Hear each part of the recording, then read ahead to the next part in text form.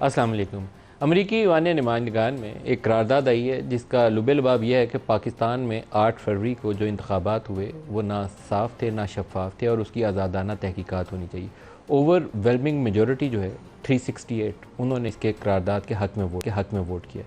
Ivan नुमाइंदगान की करारदाद की कोई लीगल इम्प्लिकेशन नहीं होती, लेकिन आम तौर पर जब इतनी बड़ी अक्सरियत और जिसमें हाउस के अंदर मौजूद जो डेमोक्रेट्स हैं वो भी और रिपब्लिकन्स वो भी, अगर वो आपको नज़र आए कि क्लियरली एक ही तरफ वोट कर रहे हैं, 181 आई थिंक रिपब्लिकन्स और 187 शायद डेमोक्रेट्स हैं जिन्होंने इसके हक़ में वोट किया, 7 ने सिर्फ मुखालफत में किया, तो एक अंदेशा ये मौजूद होता है कि उसके फॉलो अप के अंदर कोई लेजिस्लेशन भी मूव की जा सकती है। कोई वो बिल ले आएंगे जिसमें कहेंगे कि पाकिस्तान में जो जमहूरियत है उसकी नफ़ी की गई 8 को और जो इंतखाबात हुए वो साफ़ शफाफ नहीं थे, तो पाकिस्तान की जो इमदाद है उसको मशरूत कर दिया जाए। इसको रूल आउट मत करिए, माजी में ऐसा होता रहा पाकिस्तान के साथ। तो करना क्या चाहिए, ये पाकिस्तान के जो इस वक्त अकाबरीन हैं उनको इसके ऊपर जायज़ा लेना चाहिए कि जो हमने सिस्टम क्रिएट किया है 8 फरवरी के बाद, पाकिस्तान में प्री पोल रिगिंग हर दफ़ा होती है। कोई ऐसा इंतखाब रिसेंट हिस्ट्री में नहीं गुजरा जिसमें प्री पोल रिगिंग ना हुई हो। इंतखाबात के बाद भी जिस तरीके से बंदे मैनेज किए जाते हैं वो भी कोई अनहोनी नहीं है। 2013 और 18 दोनों दफ़ों हमने देखा था कि किस तरीके से जहाज़ों में बंदे भर के कभी बनी गाला और कभी लाहौर रायविंड पहुंचते थे। सब चीज़ें सबके सामने हैं। लेकिन ये फॉर्म 45 और 47 वाली जो नई एक चीज़ हमने निकाली, पोलिंग डे वाज गुड, इंतखाबात का दिन ठीक था, लेकिन रात को हमने जो कुछ किया फॉर्म इधर से उधर करके, वो अब दुनिया हमारे इंतखाबी नताइज को मानती नहीं है। और फिर जिस तरीके से इंतखाबात से चंद रोज़ पहले इमरान खान के ख़िलाफ़ सज़ाओं का अमल शुरू हुआ, उससे पहले जैसे बल्ले का निशान छीना गया, इलेक्शन डे पे जैसे इंटरनेट बंद किया गया, दुनिया में कौन सा ऐसा मुल्क होगा जिसको ये नज़र नहीं आ रही। और जब भी वो सवाल उठाएंगे तो इस पे हमारी मजम्मत करेंगे। तो इस पे कहीं ना कहीं हमें एग्ज़िट लेना पड़ेगा इस अरेंजमेंट से। ऐसे बहुत लंबा अरसा पाकिस्तान को खींचेंगे तो मसाइल बढ़ तो सकते हैं, उसमें कमी आने के इम्कानात कम है। कल सुप्रीम कोर्ट के सामने मखसूस नशिस्तों का केस भी आएगा। मखसूस नशिस्तों का जब हम केस कहते हैं तो इसके साथ एक जुड़ा हुआ सवाल है कि इलेक्शन कमीशन का वो फैसला जिसमें बल्ले का निशान लिया गया था उसकी तौसीक इसी सुप्रीम कोर्ट ने की थी। तो क्या सुप्रीम कोर्ट अब इतना बड़ापन दिखाएगी कि वो कहे कि जमहूरियत की रूह के मुनाफी कुछ इकदाम नहीं होना चाहिए। 8 फरवरी को जो शिकायत आई, जैसे बंदों से प्रेस कॉन्फ्रेंस हुई, वो गलत था, अब हमने सही राह पे जाना है तो कैसे आगे बढ़ें। इस सारी चीज़ों को पेश नज़र रखते हुए और जो जस्टिस अतर निल्ला के नुकात हैं कि क्या रेत में सर दबाने से जो रियलिटी है वो छुप जाएगी, नहीं छुपेगी, वो तो नज़र आ रही है। तो सुप्रीम कोर्ट के जो जजेज़ हैं वो एक बड़ी ताकतवर पोजीशन लेते हुए एक ऐसा फ़ैसला सादर करें जो जमहूरियत के ऐन मुताबिक हो।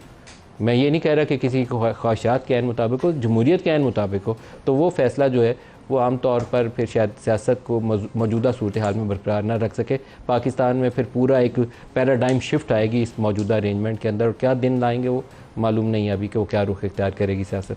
जो प्रोग्राम में आज हमारे साथ शुरका हैं, बिलाल अज़हर कियानी साहब हैं PMLN से, फैसल वाडा साहब हैं सीनियर सियासतदान हैं, और ज़ैन कुरैशी साहब हैं पाकिस्तान तहरीक इंसाफ से। शहबाज शरीफ साहब ने आज एक अच्छा काम किया है, उन्होंने PTI वालों से बातचीत का जिक्र किया, हाउस के अंदर किया। उसके लिए अमली तौर पर इन्हें कुछ करना पड़ेगा। जैसे अज़्म इस्तेहकाम की लॉन्च है तो उसके अंदर अमीन गंडापुर बैठे हुए थे, लेकिन उसके बाद अगर पार्टियां खुश नहीं हैं, राज़ी नहीं हैं, उसके ऊपर इतराज़ात उठा रही हैं तो नैब से पहले जैसे एक मीटिंग हुई थी ऑल पार्टीज़, इसी तरीके से PTI और JUI की क़यादत को बुला के दोबारा एक इसके ऊपर ब्रेन स्टॉर्मिंग की जा सकती है। उसकी जो मुख्तलिफ जहतें हैं उसके ऊपर गौर किया जा सकता है, आपकी अस्करी क़यादत अंदर बैठ सकती है और एक कंसेंसस के साथ आप एक रोड मैप लेकर निकल सकते हैं जिसमें KPK के वो मखसूस इलाके जिसमें डेरा इस्माइल खान शामिल है, जिसमें अली अमीन गंडापुर जहाँ से मुंतखब होकर आए, वहाँ आपने क्या करना है या बाकी पाकिस्तान के क्या साथ क्या करना है। एक ब्रॉडर पोलिटिकल कंसेंसस इवॉल्व करिए और फिर आगे बढ़िए। सुनिए आज शहबाज साहब ने क्या कहा और जवाब में PTI ने क्या कहा। जनाब स्पीकर, आज ये जो तलखियां जिस हद तक पहुंच गई हैं, आज अगर इनके वहां पर कोई मसाइब हैं, मुश्किलात हैं, तो आए बैठ के बात करें और बैठ के मामलात को तय करें। मैं यहाँ पर ऐलान करता हूँ कि हम नहीं चाहते कि इनके साथ कुछ तरह की ज्यादती हो जो हमारे साथ हुई। मुल्क को आगे लेके जाने के लिए, मुल्क की तरक्की और खुशहाली के लिए आए बैठे मिलकर, इसके अलावा कोई चाराकार नहीं। बात तब होगी जनाब स्पीकर जिस वक्त मेरा वजीर आजम इमरान खान साहब बाहर आएंगे। बात तब होगी जिस वक्त मेरे 180 सीट के मेंबरान बाहर आएंगे। अभी गौर खान का भी शायद इस पे स्टेटमेंट आया है, कोशिश करेंगे आगे चल के मौका मिला तो वो भी आपको दिखाएंगे, जिसमें वो अपनी दोबारा उसी पोजीशन पे वापस जाते हैं कि नून लीग और पीपल्स पार्टी से मुज़ाकरात नहीं होंगे। बिलाल साहब, जो ईवान नुमाइंदगान का रेजोल्यूशन है, बड़ी ओवरवेलमिंगली उन्होंने इस इलेक्टोरल प्रोसेस को इलेक्शन फ्रॉड का नाम दिया और इंडिपेंडेंट इन्वेस्टिगेशन का मुतालबा किया। आपका रद्दमल क्या है इसके ऊपर? जी बिस्मिल्लाहिर्रहमानिर्रहीम। नदीम साहब बहुत शुक्रिया जी अपने शो में दावत देने का। देखिए अमेरिका में एक लेजिस्लेचर है, उसमें हमने देखा है कि पहले भी पीटीआई की तरफ से अच्छी खासी रिसोर्सेज लगा के लॉबिंग हुई है, तो वहाँ पे इस तरह की रेजोल्यूशन आई है तो चलें उनकी राइट है जिस तरह वो बात करना चाहते हैं। सियाने फिर पीटीआई वाले 4 साल में यहाँ सफ़ीर लगा नहीं सके, अब उन्होंने ये किया पूरा मानने नुमाइंदगान उनके साथ लग गए। हमने पहले भी ये देखा है कि मुख्तलिफ कांग्रेसमैन को या सेनेटर्स को पैसे देगा खरीदा नहीं जिस तरह भी किया गया जी, मगर वो बात करें but they have no right to interfere without knowing the facts on the ground. फिर भी किसी ने अगर अपना शौक वहाँ पे पूरा किया है, लेजिस्लेचर्स में रेजोल्यूशंस मूव होती हैं, हमारे में भी होती हैं, मुख्तलिफ मेंबरान करते हैं। तो नहीं देखिए, I don't think we should measure ourselves by the standard कि वहाँ पे किसी एक में उसने रेजोल्यूशन मूव किए। फैक्ट्स ऑन द ग्राउंड हैं। हाँ, अगर वो कहते हैं कि फ्री एंड फेयर इन्वेस्टिगेशन होनी चाहिए, तो यहाँ पे एक लॉ ऑफ द लैंड है, उसके तहत जो तरीक़ेकार है उसी तरीक़ेकार से हम करेंगे, किसी और के कहने पे नहीं करेंगे। उस तरीक़ेकार के अंदर कोई नुक्स, वो सारी हमारी एक इंटरनल। आपको पता है सुप्रीम कोर्ट की जो लास्ट हेयरिंग थी उसके अंदर सुप्रीम कोर्ट के जज साहब ने पूछा कि इलेक्शन फ्रॉड और इलेक्टोरल इरेगुलरिटीज़ के हवाले से इलेक्शन कमीशन के पास जितनी शिकायत आई हैं उसके ऊपर क्या रिएक्शन हुआ है, उसका जवाब दीजिए। चीफ जस्टिस साहब ने शायद उसके ऊपर कोशिश की कि साहब मेरे कहने का मकसद ये मामला आगे ना बढ़े, मेरे कहने का मकसद इलेक्शन कमीशन के पास जवाब कोई नहीं था उसका। मेरे कहने का मकसद ये है कि हमारा जो निज़ाम है उसके ऊपर जो भी बेहतरी लानी है या उसमें कोई नुक्स है या उसकी कोई बेहतर चीज़ें हैं, तो वो हम सब ने मिल मिला के डिस्कस करनी है। वहाँ पे एक रेजोल्यूशन पास हुई है, वो उनकी मर्जी है, but I don't think it carries weight. मगर देखिए साथ ही साथ अगर आप देखें and secondly I don't think it represents the view of the US government.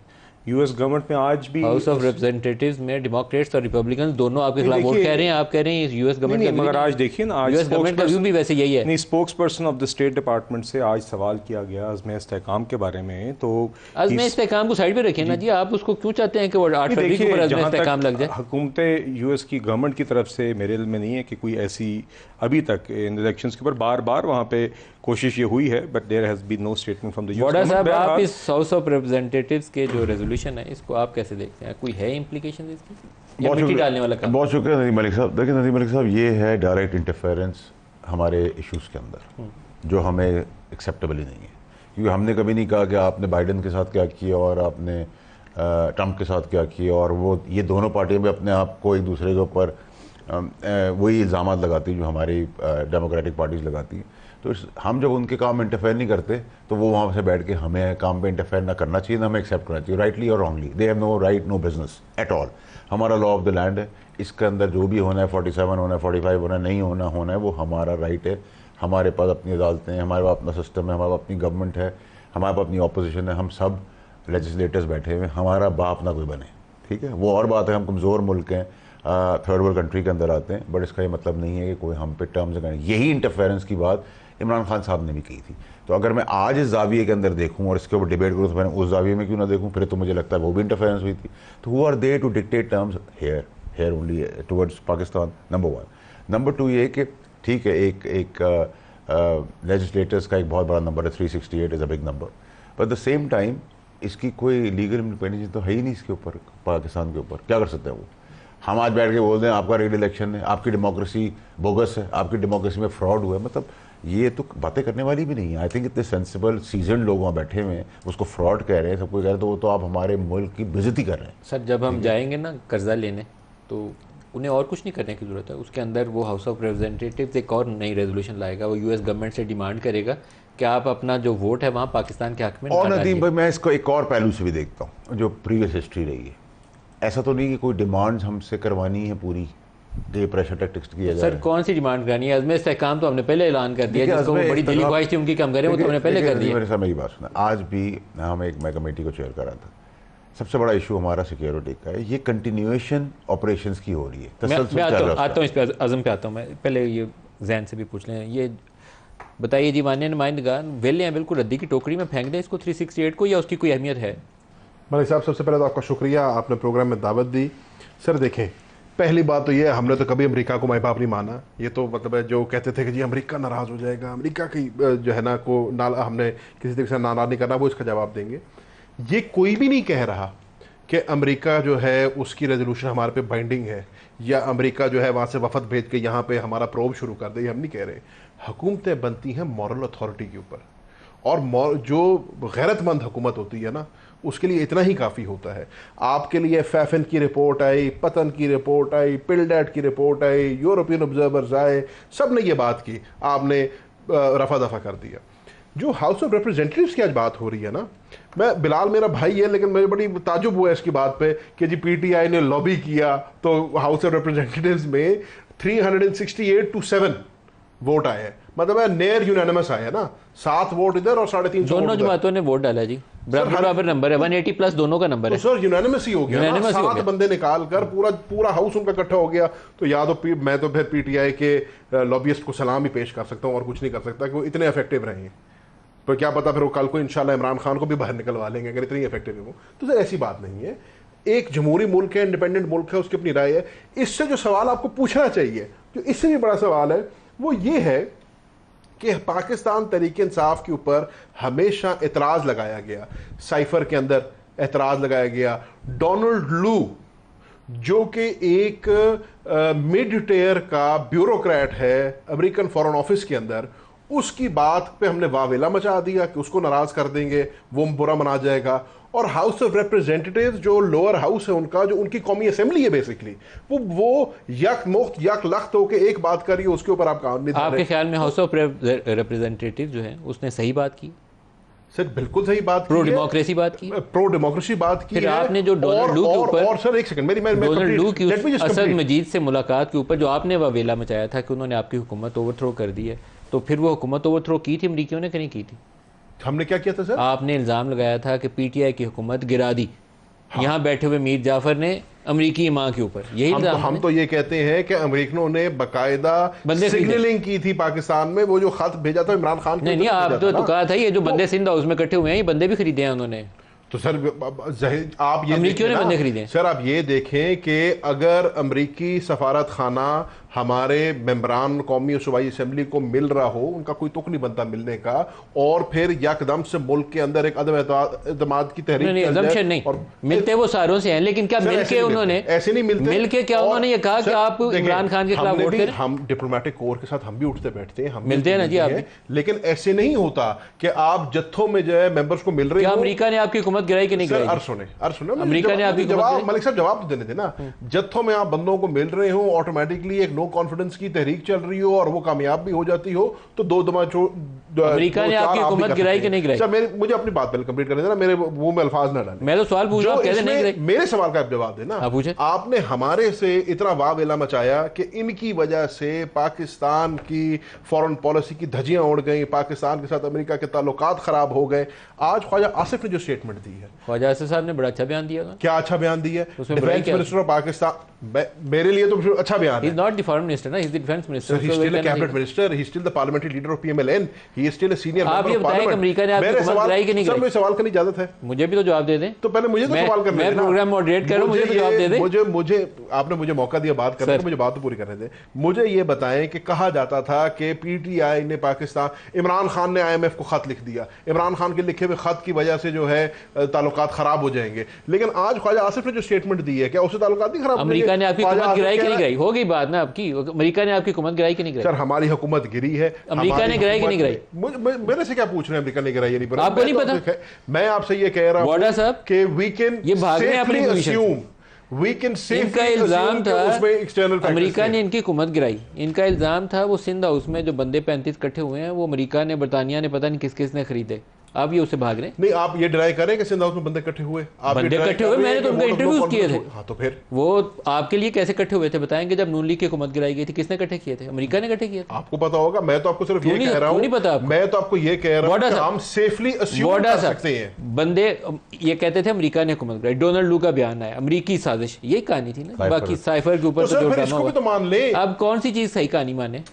नहीं तो फिर ये भी मान मैं लें तो कि उसी को कह रहा हूं ना, एक सेकंड आप फैसल तो- भाई रुक जाए, फिर ये भी मान लें कि फिर पाकिस्तान तहरीक इंसाफ ने कोई अमेरिका के साथ ताल्लुकात खराब नहीं किए। अगर आज उनका हाउस ऑफ रिप्रेजेंटेटिव्स आपके ऊपर एक रेजोल्यूशन पास कर रहा है, ये तो आपके हक में है, इलेक्शन आपकी पार्टी के हक में है, तो सर एक ही You बात should हो be सकती more than happy। तो सर एक, मैं भी तो यही अर्ज कर रहा हूं ना, एक बात हो सकती है, या हमने अमेरिका के साथ ताल्लुकात ऐसे खराब कर दिए कि वो हमारे से बात करने को राजी नहीं है, या वो आज पाकिस्तान के इलेक्शन के ऊपर बात ताल्लुकात कर रहे हैं। बनाने के मामले में पीटीआई ने कमाल किए थे। सऊदी अरब जाके इमदाद मांगते थे, फिर सऊदी अरब को छोड़ के कहते कहते थे एक नया ब्लॉग बनाएंगे, फिर आप कहते थे वो दोस्त मुल्क ने उधर आने नहीं दिया, टर्की को उधर बुलाया, फिर जाने से इनकार कर दिया। अब अमेरिका के साथ भी जो कुछ आप कर चुके हैं, बस अल्लाह से दुआ मांगे दोबारा आपको हुकूमत मिले तो बेहतर तरीके से फॉरेन पॉलिसी फिर हम अपने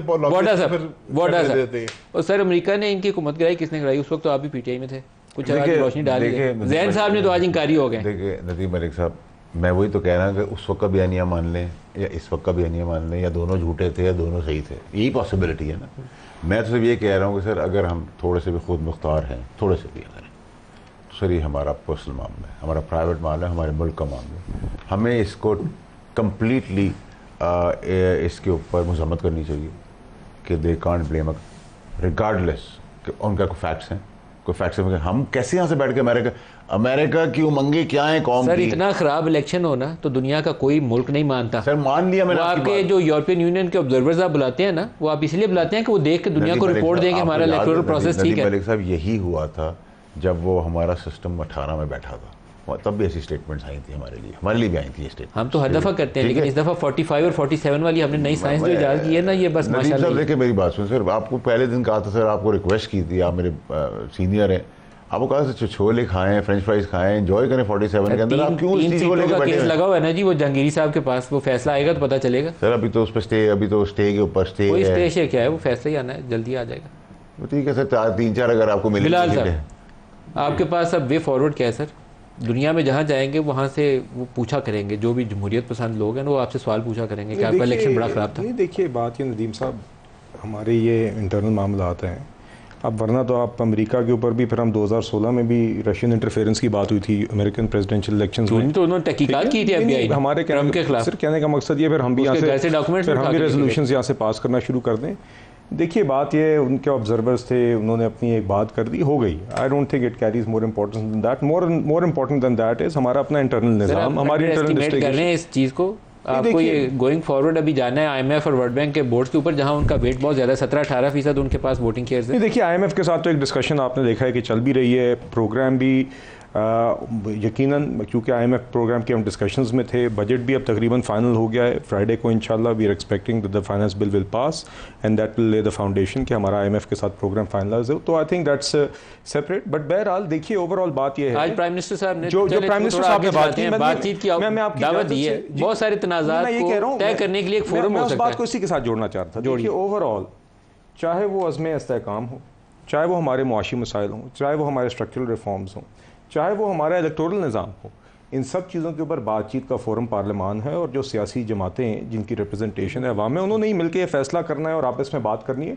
और आज वज़ीर आज़म साहब ने इनके रवैये के बावजूद, देखिए ये इमरान खान साहब तो वो शख्स थे जो वज़ारत उज़्मा की कुर्सी पे हाथ मिलाना गवारा नहीं करते थे और बालाकोट हमले के बाद कमरे में आना गवारा नहीं करते थे ब्रीफिंग के दौरान। तो शहबाज शरीफ साहब ने इनके सारी रवैये और बातों के बावजूद आज फिर से बड़ा दिल दिखाया और लीडरशिप दिखाई है।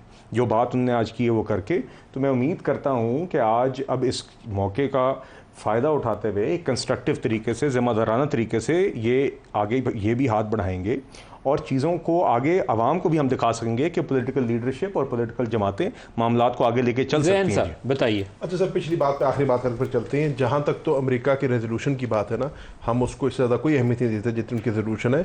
हम तो सिर्फ ये कह रहे हैं कि जो हमारा एक मौक़िफ़ था जिसमें हम कहते थे कि 8 फरवरी को होने वाला इलेक्शन जो है उसमें इरेगुलरिटीज़ थी, बेज़ाब्तियाँ थी, आज उन्होंने उस बात की तायीद कर दी है। मैं इससे ज़्यादा उसको कोई ज़्यादा इंपॉर्टेंस नहीं दे रहा। अब बात आ जाती है वज़ीर आज़म साहब की। आज वज़ीर आज़म साहब ने फ्लोर द हाउस पे पेशकश की, टॉक्स की। मेरा मुस्लिम लीग नून से गिला ही ये है या इतराज़ ही मुझे ये है कि इनके कॉल और फेल में हमेशा फ़र्क रहता है। वज़ीर आज़म साहब ने आज बड़ी फ़राख दिली का मुजाहरा किया, आज उन्होंने कहा बैठ के मेरे से बात करो, लेकिन इनके कहने और करने में फ़र्क है। वज़ीर आज़म ये बात कर रहे हैं, राना सनाउल्लाह साहब बात करेंगे जी 5 साल की इमरान खान को जेल में रखो, अगर केस नहीं है तो उस पर नए केस बना दो, केस बनाना कौन सी बड़ी बात है। तो इनके कॉल और फेल में फ़र्क है। आप देख रहे हैं कि आज भी पुलिस गर्दी का जिस किस्म से पंजाब के अंदर पुलिस गर्दी की जा रही है, पंजाब में नून की हुकूमत है ना। आपने जो कुछ राना सनाउल्लाह के साथ किया था, आपने हीरोइन डाल के उसको सजाए मौत। सर आज शहरियार अफरीदी ने खुद फ्लोर द हाउस उसका जवाब दे दिया। राना सनाउल्लाह को चैलेंज कर आप दोहरा दें। उन्होंने कहा कि कसम उठा के बताएं कि उसमें मेरे के रोल था या मैंने किया। अरे ये कहने की क्या जरूरत है, आपकी हुकूमत थी, यू आर रिस्पांसिबल। तो सर आज इनकी हुकूमत उसको प्रूव करनी, मेरा पॉइंट ये नहीं है। आप वेल वर्स्ड है इस तरह के केस इंजीनियर करने के मामले में। आपसे मुराद सिर्फ आप नहीं है, आप सारे लोग हैं। सर अगर तब मुखालिफिन के लिए नहीं, तो अगर तब गलत हुआ, आप और मैं कह रहे हैं कि गलत हुआ, मैं तो कह रहा हूँ गलत है, वो भी गलत है, ये भी गलत है, हाँ, दोनों भी गलत हो रहा है। तो फिर कहें ना, फिर ये आप नहीं कह सकते कि एक तरह से रिकंसिलिएशन की बात करेंगे, मफाहमत की बात करेंगे, साथ हमारे बंदे ढकेंगे, साथ आप हमारे पुलिस गर्दी करेंगे। आज पाकिस्तान तहरीक इंसाफ ना कोई जलसा निकाल सकती है, ना जुलूस कर सकती है, 4 बंदे इकट्ठे नहीं कर सकती। आप हमारे बंदों को उठा के ले जाते हैं। अगर हमको एहतजाज की कॉल देने रात पहले पुलिस जो है डोर नॉकिंग करती है हमारे घरों पे जाके। जिस माहौल में आधी हमारी क़यादत जेलों के अंदर है, आधी क़यादत हमारी छुपी पड़ी है, कारकुनान हमारे ढके पड़े हैं, उस माहौल में आप हमें कह रहे हैं कि नून लीग वाले नकम्मे हैं पंजाब में, इन्हें आपको फ्री हैंड देना चाहिए कि आप जलसा करें। तो सर देना चाहिए, क्यों नहीं दे? आपको पता तो चले बंदे कितने इकट्ठे होते हैं। एब्सोल्युटली, मैं आज भी इस बात का कायल हूं। पंजाब को छोड़े, हम इस्लामाबाद में दें, पंजाब में आपको पहले आप हमें परेड ग्राउंड दें जो आपका फेवरेट वेन्यू है। परेड ग्राउंड में सिर्फ केपी से लोगों को रोक दें, बाकियों को आने दें, पता चल जाएगा आपको। ब्रेक ले लें जी, हमारे साथ रहिएगा।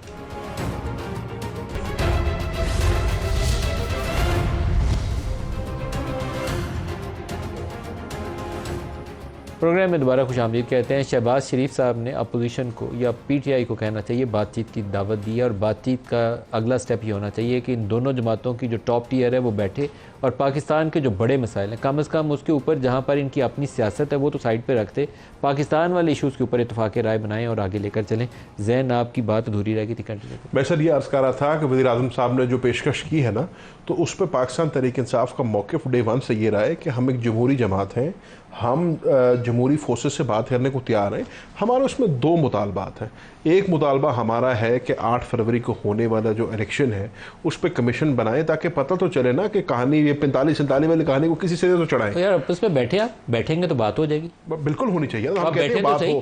और दूसरा हमारा गौहर खान का स्टेटमेंट मुझे बिल्कुल अच्छा नहीं लगा। आप चाहे आपको बात पसंद आए या नहीं पसंद आए, उसने कहा नून लीग और पीपल्स पार्टी से बात नहीं होगी। क्यों नहीं बात होगी भाई, बैठो आपस में तरीका हम तो कह रहे हैं, हम तो कह रहे बात होंगे। दूसरी हमारी मुतालबा, आप क्या कह रहे हैं? मैं कह रहा हूँ दूसरा हमारा मुतालबा, आप कह रहे बातचीत होनी चाहिए। मैं कह रहा हूँ हम बिल्कुल जमहूरी फोर्स है, हम बातचीत करेंगे अगर ये 2 मुतालबे हमारे पूरे हो जाए और ये पड़े तो सर कुछ नहीं होगा। सियासी लोगों को प्री कंडीशन नहीं सर, जहां इतना बड़ा डाका डाला हो, जहां इतना बड़ा 18 में वो भी तो कहते थे ना डाका आपने डाला है, तो 18 में वो कौन से हमारे साथ बैठ गए थे?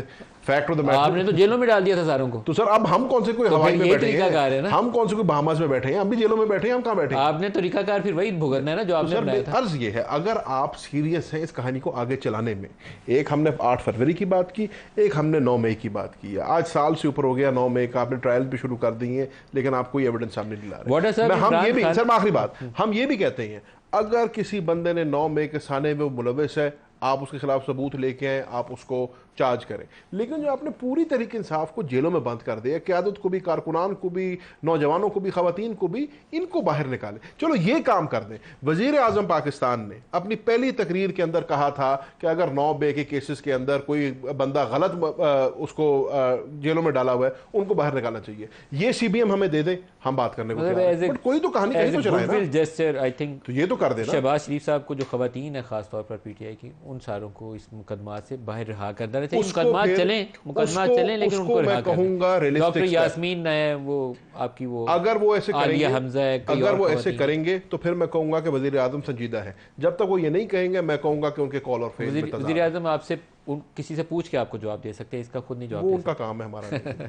बड़ा साहब, इमरान खान का मुस्तकबिल क्या है? फिलहाल जेल या रिहाई होगी? क्योंकि कल उनका केस भी है, वो इद्दत वाला आखिरी केस है जिसमें सजा सस्पेंड होगी, तो वो बाहर आ सकते हैं। देखिए नदीम अली साहब, अनफॉर्चुनेटली डिवाइन हेल्प आ जाए तो एक अलग बात है, लेकिन मैं तो खान साहब को अनफॉर्चुनेटली निकलता हुआ नहीं देखा। आप निकलते हुए नहीं देखते? क्यों? कल आखिरी केस अगर अदालत कहती है इस मुल्क के अंदर, तो देखें बहुत सारे केसेस पाइपलाइन में होते हैं, बहुत सारे केसेस पाइपलाइन में केसेस, ऑफ कोर्स, ठीक है जी। तो ये तो कोई नई चीज़ नहीं है ना, पाकिस्तान का फैक्ट्री है बकायदा जो मैन्युफैक्चर कर रही है की स्टेटमेंट मिल गई है।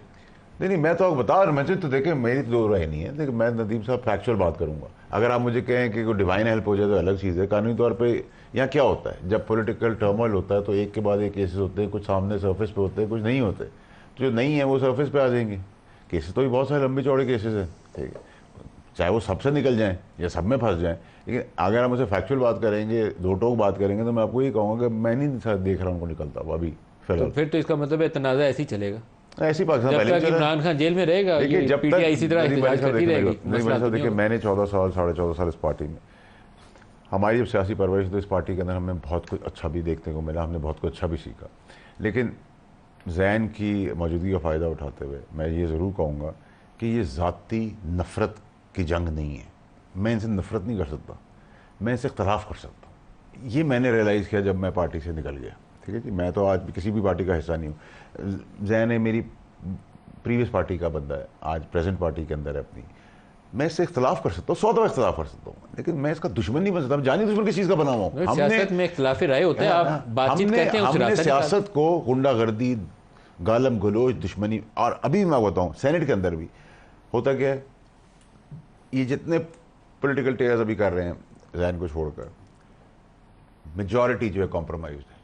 सीएम भी कॉम्प्रोमाइज्ड है, ऑपोजिशन लीडर भी कॉम्प्रोमाइज्ड है, सब ड्रामा कर रहे हैं, सब अंदर खाते हैं। आप बिलाल साहब से यहाँ हलफ हाथ आके पूछेंगे, सब मिलते हैं नहीं मिलते, सब फोन पर बात करते नहीं करते, प्लान के तहत अंदर जाते हैं, प्लान के तहत बाइकआउट करते हैं, प्लान के तहत कल अंदर मखसूस आते हैं। नशिस्तों के केस का क्या होगा?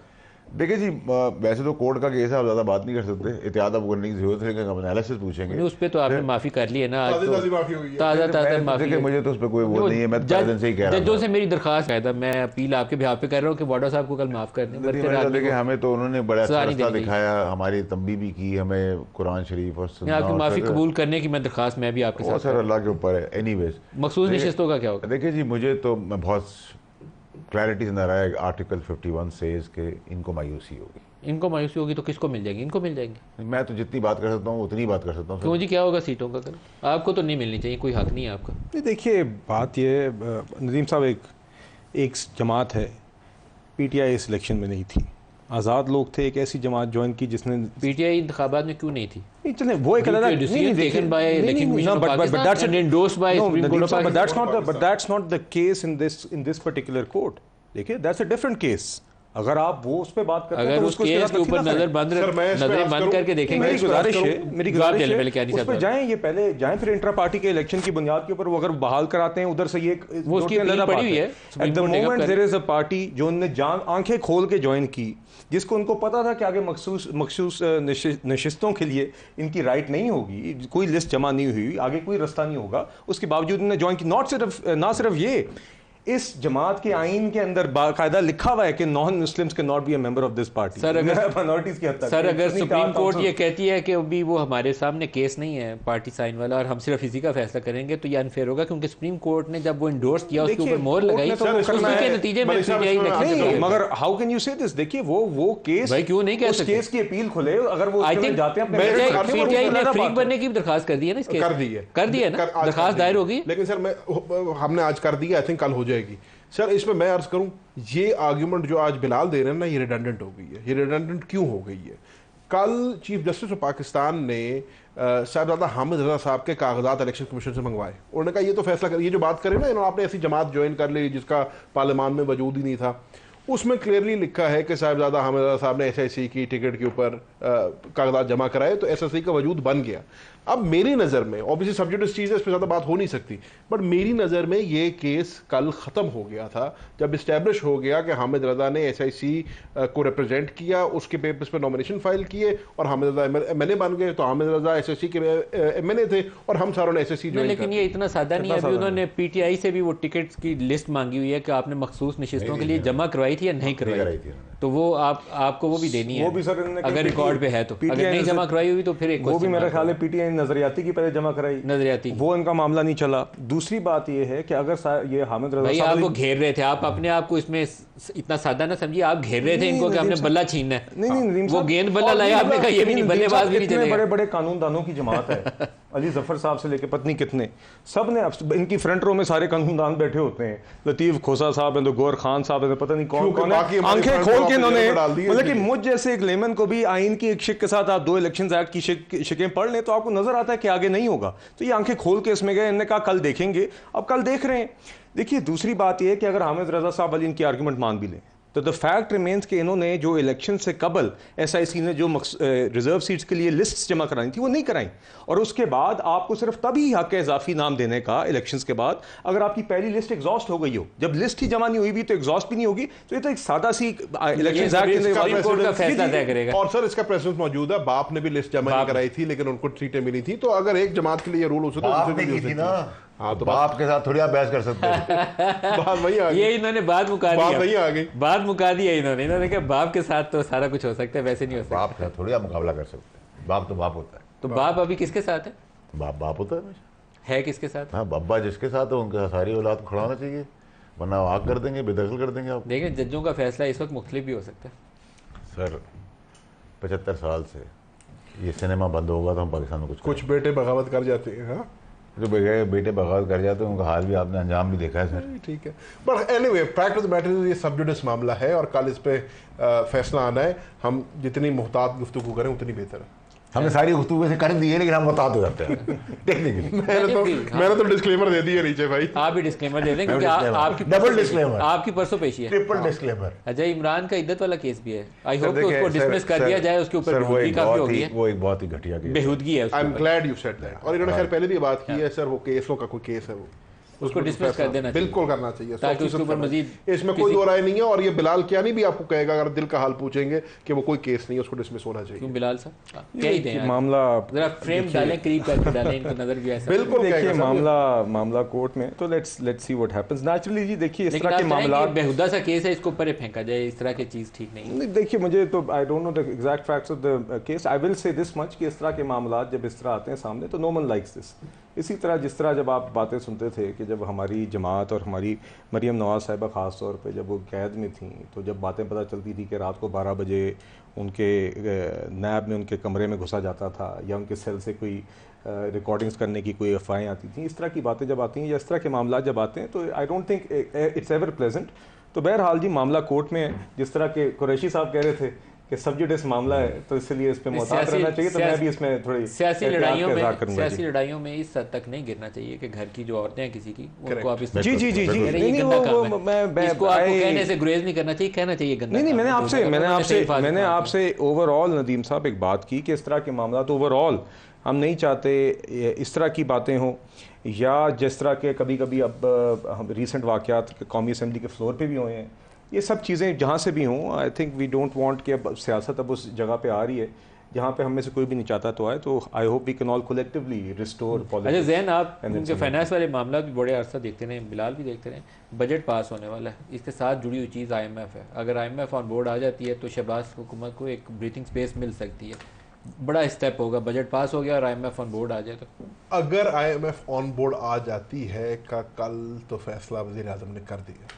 मेरी तकरीर के बाद वज़ीर आज़म साहब उठे, उन्होंने जवाब दिया, खुशखबरी सुनाऊंगा, और उन्होंने कहा कि मैं IMF के साथ मैंने मशरूत ये बजट बनाया है और उनके अप्रूवल आ गई। तो फिर अगर ऑन बोर्ड वाली तो बात ही ना आ गई ना, फिर तो अप्रूव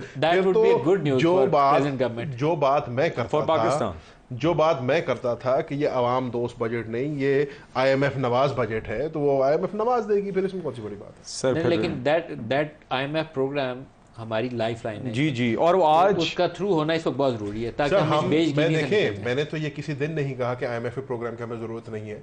मैं तो कह रहा हूँ कि IMF प्रोग्राम होना चाहिए, इस पे PTI को कोई सियासत नहीं करनी, लेकिन आप करें एक दूसरे से सियासत, लेकिन हुकूमत को बिछ नहीं जाना चाहिए IMF के आगे, को थोड़ा सा अपनी भी बात नहीं जी, कोई नहीं बिछी जी, बिल्कुल we have tried to strike a balance. It's never easy जब आप नहीं वी हैवंट नहीं। देखिए फेलियर में आपको बताऊं क्या था, मैं आपको बताता हूँ फेलियर क्या था। फेलियर था कि मैं खुदकुशी कर लूंगा, IMF नहीं जाऊंगा, उसके बाद 10 महीने लटका के एक प्रोग्राम करना, फिर उस वजीर खजाना को फारिग कर देना जिसने प्रोग्राम किया, फिर 3 साल वो प्रोग्राम ना चला सकना, फिर जब कुर्सी जा रही हो तो आपने अपने प्रोग्राम को सबोटाज करना, तैमूर झगड़ा ने शौकत तरीन ने चिट्ठी लिखना, फिर 2024 में इलेक्शन के बाद फिर से चिट्ठी लिखना, सारी मान ली। ये होता है आपको कियानी साहब टेकन इज राइट। इसलिए on IMF at least PTI has no moral ground to lecture anyone जी। सुने, सारी आपकी बातें ये मान ली, लेकिन उसके बावजूद भी जब प्रोग्राम में गए PTI showed some spine. PTI showed some resistance. No, you did not. Absolutely we did. आपने यूनुस दागा हमने- साहब को हमने- फारिग ही इस बात पे किया कि वो प्रोग्राम फ्रंट लोडेड था। यूनुस दागा ने कहा कि आप गलत प्रोग्राम डिजाइन करें। You sent a good bureaucrat home. 2.5 साल कबल अपनी रिटायरमेंट से अपनी बाकिर रजा को स्टेट बैंक गवर्नर bureaucrat की लगाया, बात पॉलिसी कर रहे हैं। रेट इन्होंने इंक्रीज करवाया, डिवैल्यूएशन की Gold तरफ ये bureaucrat प्राइम की बैंक के बात- 2 पसंदीदा इकदाम थे, आपने भी किए, सर गुड इन्होंने ब्यूरोक्रेट भी की किए। बातें करें, बेचारा शरीफ एक्स प्रेसिडेंट बैंक का लेके आए हैं, उस बेचारे को उन्होंने कहीं का नहीं नहीं, छोड़ा। नहीं, तो ठीक है, वो बात चार- extending and he will also go home by the after this. Aurangzeb ने अगर औरंगजेब की प्रोग्राम बात अच्छे से रहा कर था, लिया तो फिर वो गो होम नहीं होगा, फिर वो सर्वाइव कर जाएगा। But fact of the matter is कि प्रोग्राम में 100 दफा जाएं, बट मुझे खुशी होती कि अगर हुकूमत पाकिस्तान को थोड़ी सी स्पाइन दिखाती, को पाकिस्तान की आवाम की बात करती, को उनको थोड़ा सा रिलीफ देती। इन्होंने तो बिल्कुल ही उनको बस के नीचे दे दिया। फैसल वाडा साहब, क्या इस्टेब्लिशमेंट जुडिशरी की लड़ाई उसमें कमी आएगी? सर आनी चाहिए पाकिस्तान आनी के लिए। चाहिए, और बात है, आएगी कि नहीं आएगी? देखिए सर, अखाड़े के अंदर ना, वैसे मैं आपको इन जनरल बता रहा हूँ, देखिए 3 चीज़ें होती हैं, या आप कॉम्प्रोमाइज़ कर जाएं, या अपने अपने हिस्सों में चले जाएं, या एक दूसरे में से जो ताकतवर है वो गिरा दें। 3 ऑप्शन है आपके पास। मैं और आप अखाड़े में आ गए, रेसलिंग रिंग में, रिंग के अंदर हम हैं, या तो मैं और आप बात मान लें, या मैं और आप अपने रास्तों में चले जाएं, या मैं आपको गिराऊंगा या आप मुझे गिराएंगे।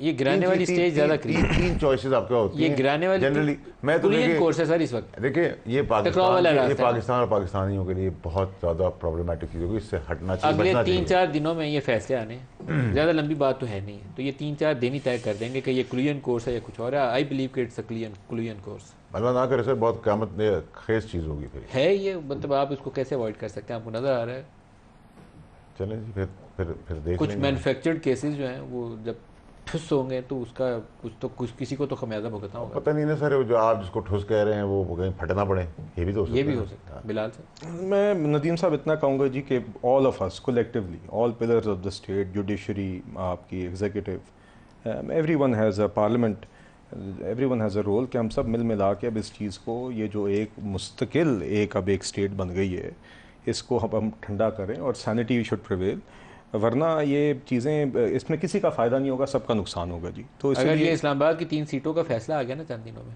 तो आपकी हुकूमत को पाँव नहीं, वो रखने तो की जगह जी- नहीं मिलेगी। आप ज़हन में रखिएगा, ये नदीम बहुत साहब बहुत देखिए, बड़ी Pandora's cost होती है। box will नहीं, open. नदीम साहब देखिए, वो तो एक आप स्पेसिफिक केस की बात करें, मैं आपसे एक ओवरऑल बात कर रहा हूँ। जिस तरह आपने ये जो एक तासुर बना हुआ है रोज़ाना का, एक कि जी एक टाकरे की तरफ जा रहे हैं, टाकरे की तरफ जा रहे हैं, ये तासुर और ये ओवरऑल माहौल जो है, ये ख़त्म जब तक नहीं होगा तो ये हम सब का इसमें नुकसान है, इज्तिमाई नुकसान है। क्लोजिंग रिमार्क्स सर बिल्कुल, लेकिन मैंने तो जो बात इनसे पहले की है कि हुकूमत है ना, ये जो हमें हमेशा दर्द देते थे बुर्दबारी का, ये बेस्ट फुट फॉरवर्ड रखे ना, कोई सीबीएम दे हमें। मैंने तो आपको बड़ा आसान उसका तरीका बता दिया, 2 हमारे मुतालबे हैं, 2 में से कोई एक तो पूरा करें, हमें जवाब दें आपसे जाके बैठने का। इंशाल्लाह हमारे आप मुतालबे पूरे करें, हम आपसे बैठेंगे भी, वे फॉरवर्ड भी निकालेंगे, मुल्क को आगे भी चलाएंगे। लेकिन हर चीज़ नहीं हो लेकिन सकती अल्लाह करे कि आपकी पार्टी में आपकी बात सुनी जाए।